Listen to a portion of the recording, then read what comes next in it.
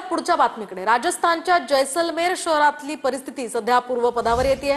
शहरातील दुकाने आणि शाळा आजपासून सुरळीत सुरू झाले, तर प्रशासनाकडून तरी सुद्धा नागरिकांना सतर्क राहण्याच्या सूचना करण्यात आलेल्या आहेत। जैसलमेरमध्ये सुद्धा पाककडून हल्ले करण्यात आलेले होते। या पार्श्वभूमीवर आता इथे वातावरण हळूहळू निवळायला सुरुवात झाली आहे।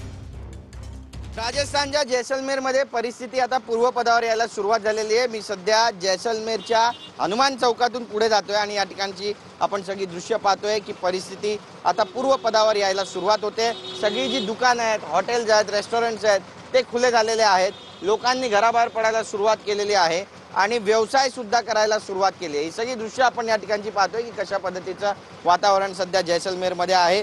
जनजीवन पूर्वपदावर येत आहे। तर आपण पाहतोय की काल रात्री भारतीय सैन्याकडून ड्रोनच्या माध्यमातून विजिलन्स सुद्धा या ठिकाणी करण्यात आलं आणि जैसलमेरशी जोडलेल्या आंतरराष्ट्रीय सीमेपासून 50 किलोमीटर आधीपर्यंत संपूर्ण क्षेत्रात बाहेरील व्यक्तींना आता प्रवेश बंदी देण्यात आलेली आहे।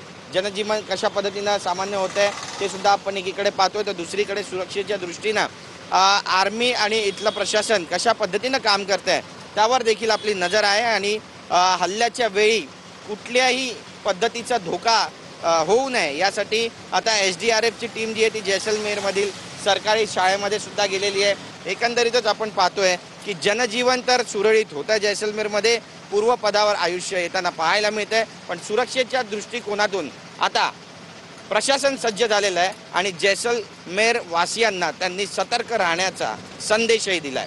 कॅमेरा पर्सन खंडूराजचा गिरीश गायकवाड, TV9 मराठी, जैसलमेर।